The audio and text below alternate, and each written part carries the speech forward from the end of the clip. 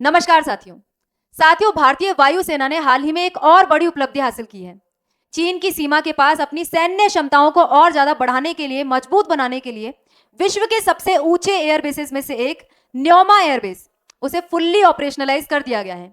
2023 में रक्षा मंत्री राजनाथ सिंह जी के द्वारा इसको मॉडर्नाइज करने के लिए नींव रखी गई थी और अब फाइनली 2025 में इसको पूरी तरीके से आधुनिक बना दिया गया है और इसे ऑपरेशनलाइज भी कर दिया गया है। अब ध्यान देने वाली बात यह है कि चीन की सीमा से 25 से 30 किलोमीटर इस एयरबेस की दूरी है। मतलब चीन की सीमा से, एलएसी से, लाइन ऑफ एक्चुअल कंट्रोल से केवल 25 से 30 किलोमीटर की दूरी पर हमारे लड़ाकू विमान 24/7 तैनात रहने वाले हैं। तो ये चीज यहां पे दिखाती है कि चीन के द्वारा यदि भविष्य में किसी भी तरीके की कार्यवाही, चीन के साथ भविष्य में किसी भी तरीके की झड़प यदि इस एरिया में भारत की होती है तो भारत उसके लिए पूरी तरीके से तैयार है। आप सभी को याद होगा कि हाल ही में सिलीगुड़ी कॉरिडोर के पास भी हमने 3 नए मिलिट्री गैरिसन स्थापित किए हैं। तो ये सब चीजें मिलकर भारतीय सेना की प्रिपेयर्डनेस को दिखाती है कि हम आने वाले समय में किसी भी तरीके की कार्यवाही के लिए पूरी तरीके से तैयार हैं। अब यहाँ पे न्योमा एयरबेस की लोकेशन क्या है, इसका महत्व क्या है, इसकी खासियतें क्या है और भारतीय वायुसेना को ये किस प्रकार से मदद करने वाला है, किस प्रकार से भारतीय वायुसेना की क्षमताओं को और ज्यादा बढ़ाने वाला है, ये सारी ही चीजें हम आज के सेशन में डिस्कस करने वाले हैं। तो चलिए सेशन की शुरुआत करते हैं। मेरा नाम है चारू गुप्ता और मैं स्वागत करती हूँ आप सभी का चारू एजुकेट्स पर।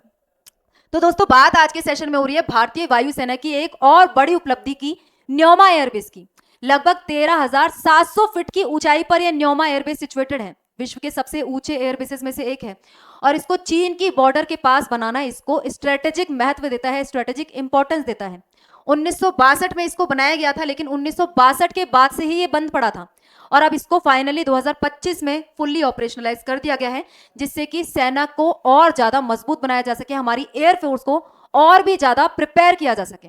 यहाँ पे आप लोग देख सकते हो 13,700 फीट की ऊंचाई पर बनकर तैयार हुआ इंडियन एयरफोर्स का न्योमा एयरबेस, वायुसेना प्रमुख के द्वारा इसका उद्घाटन हाल ही में किया गया। जो हमारे इंडियन एयरफोर्स के जो चीफ हैं एपी सिंह, वो और इसके साथ ही आपको यहाँ पे दिखाई देंगे जितेंद्र मिश्रा, जो कि वेस्टर्न कमांड के चीफ मार्शल हैं। तो इन दोनों के द्वारा इस एयरबेस का उद्घाटन किया गया। एपी सिंह जी के द्वारा एयरक्राफ्ट C-130J को यहाँ पे लैंड कराकर इसका उद्घाटन किया गया। 3 किलोमीटर लंबा यहाँ पे रनवे है लगभग। इसके साथ ही चीन की बॉर्डर से 30 किलोमीटर की दूरी पर यह सिचुएटेड है और यह होस्ट कर सकता है राफेल, सुखोई, मिग जैसे भारी एयरक्राफ्ट्स को। इस वजह से ये न्योमा एयरबेस काफी इंपॉर्टेंट हो जाता है, क्योंकि नॉर्मल जो एयरबेस होते हैं इतनी ऊंचाई पर सिचुएटेड होते हैं, उनके ऊपर इतने भारी एयरक्राफ्ट्स को लैंड कराना काफी मुश्किल हो जाता है, लेकिन न्योमा एयरबेस इस चीज में पूरी तरीके से कैपेबल है। अब आप यहाँ पे कुछ इमेजेस देख सकते हैं जो न्योमा एयरबेस की यहाँ पे निकल कर आ रही हैं और इस चीज को देख के थोड़ा प्राउड आप लोग यहाँ पे महसूस कर सकते हैं। यहाँ पे देखो, इस तरीके की इमेजेस आपको दिखाई देगी। ये इस तरीके का रनवे यहाँ पे बनाया गया है जो लगभग 3 किलोमीटर लंबा है। इस टाइप आप यहाँ पे देख सकते हो 13,700 फीट की ऊंचाई पर लगभग 3 किलोमीटर लंबा मॉडर्नाइज रनवे यहाँ पे तैयार किया गया है, जो कि इतने भारी एयरक्राफ्ट्स को लैंड करवाने में पूरी तरीके से सक्षम है। अब यहाँ पे इसकी आप एग्जैक्ट यदि लोकेशन देखना चाहें तो ये आपको यहाँ दिखाई दे रहा है जम्मू कश्मीर का मैप, जिसके अंदर आपको ये लद्दाख वाला एरिया दिखाई दे रहा है। इसके यदि आप थोड़ा साउथ में जाओगे, साउथ ईस्ट की तरफ, कुछ इधर आपको लोकेशन मिलेगी न्योमा एयरबेस की। यहाँ पे आप लोग देख सकते हैं, ये है न्योमा एयरबेस, जो कि आपको दिखाई दे रहा है काफी स्ट्रेटेजिक लोकेशन पर है। क्यों? क्योंकि यहाँ पे आपको ऊपर दिखाई दे रही है पेंगोंग सो लेक, इसके कुछ ही ऊपर आपको यहाँ पे दिखाई देगी गलवान घाटी। यहाँ पे आसपास बॉर्डरिंग एरिया में आपको दिखाई देंगे डेमचोक और देपसांग जैसे क्षेत्र, जो कि काफी स्ट्रेटेजिक है, काफी संवेदनशील है। चीन के साथ हमारे आए दिन इस चीज को लेकर झड़प देखने में मिलती है। यहाँ पे आपको दिखाई दे रहे हैं न्योमा एयरबेस और ये है ऊपर गलवान घाटी, जहाँ पे चीन और भारत की सेना आमने सामने आ गई थी। अब यहाँ पे आप इस न्योमा एयरबेस की यदि बात करें तो 13,700 फीट 710 फीट की ऊंचाई पर स्थित है। दुनिया के सबसे ऊंचे एयरबेसेस में से एक है। चीन की सीमा से करीब 25 से 30 किलोमीटर की दूरी पर है और यहाँ पे 3 किलोमीटर लंबा रनवे बनाया गया है, 2.7 एग्जैक्ट यदि आप बात करें। अब 1962 में ये शुरू हुआ था। 1962 में चीन और भारत का जो युद्ध हुआ था, उसके बाद इस एयरबेस को बंद कर दिया गया था। उसके बाद अब ये 2025 में वापस से ऑपरेशनलाइज किया गया है। 2009 में एक बार इस पे लैंडिंग और करवाई गई थी, लेकिन तब से लेकर 2025 तक ये बंद ही पड़ा हुआ है। लेकिन अब चीन के साथ जो हमारे जिस तरीके के संबंध हुए हैं, हाल ही में जो झड़पें हुई हैं, उसको देखते हुए भारत के द्वारा ये निर्णय लिया गया कि अब इस तरीके के एयरबेस को वापस से डेवलप करने की जरूरत है। इसका स्थान है न्योमा, जो कि पूर्वी लद्दाख में पड़ता है। ऊंचाई है 13,710 फीट। इसको बनाने में खर्चा लगा है 230 करोड़ रुपए का। 35 किलोमीटर इसकी दूरी है चीन की सीमा से। कहीं आपको 25 से 35 किलोमीटर के बीच इसकी दूरी दिखाई देगी। नवंबर 2025 से इसका संचालन अब शुरू हो चुका है। सैनिक उपकरण, हथियारों की त्वरित यहाँ पे तैनाती हो सकती है, मतलब कि यहाँ पे हमारी सेना 24/7 तैनात रहेगी। हमारे जो लड़ाकू विमान है 24/7 तैनात रहेंगे, और आसपास के रीजन में जब भी जरूरत होगी तो इन सारे सैन्य उपकरणों को, रसद सामग्री को हम सेना के पास जरूरत के अनुसार पहुंचा सकते हैं। प्रमुख क्षेत्र है इसके पेंगोंग सो लेक है, डेपसांग है, डेमचौक है, गलवान वैली है। इन एरियाज के आसपास इस एयरबेस का सिचुएटेड होना इसको स्ट्रेटेजिक इंपॉर्टेंस प्रदान करता है। अब ऐसा नहीं है कि 1962 में इसको बनाया और बंद कर दिया। 1962 में भी इस पे कुछ लैंडिंग्स करवाई गई थी, लेकिन इसका रनवे उस वक्त कच्चा हुआ करता था और यहाँ पे लड़ाकू विमान अच्छे से एंटर नहीं कर पाते थे, लैंड नहीं कर पाते थे।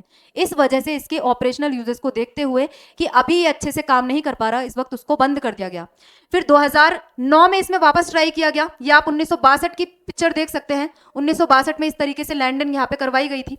इसके बाद 2009 में भी एक बार इस तरीके का ट्राई किया गया। 2009 के अंदर भी लैंडिंग करवाई गई। उसके बाद अब 2025 में वापस से यहाँ पे ऑपरेशनलाइज इसको फुली किया गया है, और अब यहाँ पे लगातार लड़ाकू विमानों को पूरी तरीके से तैनात किया जा सकेगा, अच्छे से लैंडिंग करवाई जा सकेगी, उड़ाया जा सकेगा, और इन्हें 24/7 यहाँ पे खड़ा भी रखा जा सकेगा, मतलब हैंगर की सुविधा यहाँ पे अवेलेबल है। मुदगांव के नाम पर इस एयरबेस को नाम दिया गया है। इसका पूरा नाम है मुध न्योमा एयरबेस। यहाँ से लड़ाकू विमान, ट्रांसपोर्ट एयरक्राफ्ट और हेलीकॉप्टर उड़ान भर सकते हैं। इसमें करीब 218 करोड़ रुपए की लागत लगी है।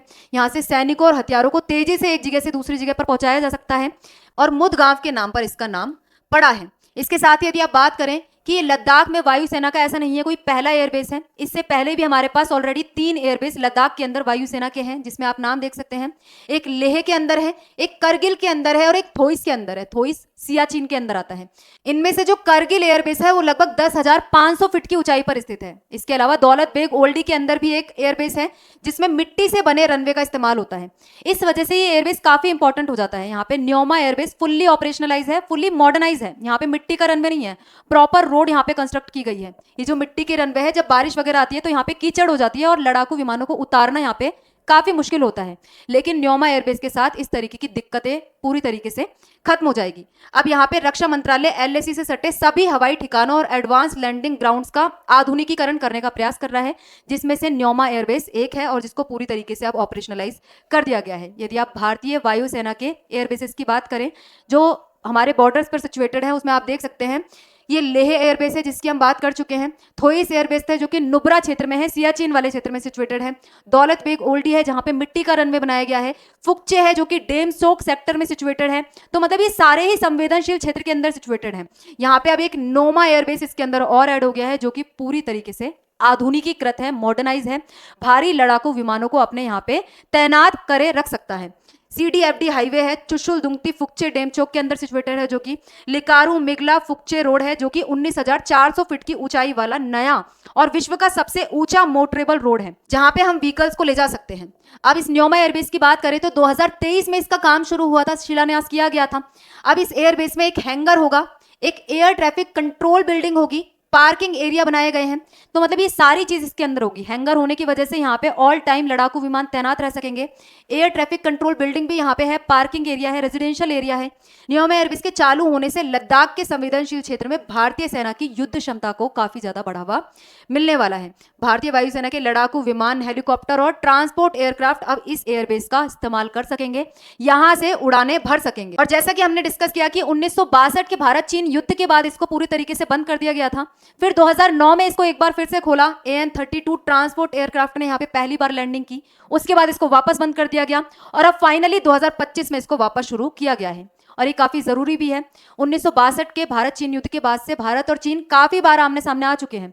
1967 में आप देखोगे कि सिक्किम तिब्बत बॉर्डर के पास भारत और चीन आमने सामने भिड़ गए थे। इसके बाद 1975 के अंदर, 1987 के अंदर, और अब जो मोस्ट रीसेंट विवाद है जो हमें देखने को मिले वो डोकलाम विवाद है, इसके साथ गलवान घाटी विवाद है, जिसमें भारत और चीन के सैनिक आमने सामने आ गए थे। तो ऐसी स्थिति में इस प्रकार के एयरबेस को बनाना और भारतीय वायुसेना को सैन्य रूप से तैयार करना भारत की सुरक्षा के लिए काफी जरूरी है। और 2022 के भारत और चीन विवाद के बाद से ही भारत ने इंफ्रास्ट्रक्चर डेवलप करना बॉर्डरिंग एरिया के आसपास शुरू कर दिया था, और उनमें से न्योमा एयरबेस भी एक है। अब आगे जाकर इस तरीके के एयरबेसेस और भी ज्यादा हम आसपास के क्षेत्र में बॉर्डरिंग एरियाज में चीन के आसपास डेवलप करने वाले हैं, जिससे भारतीय वायुसेना की, भारतीय सेना की क्षमताओं को ओवरऑल मजबूत किया जा सके। तो आज के सेशन में इतना ही। मिलते हैं किसी नए मुद्दे के साथ नई वीडियो में। Thank you very much.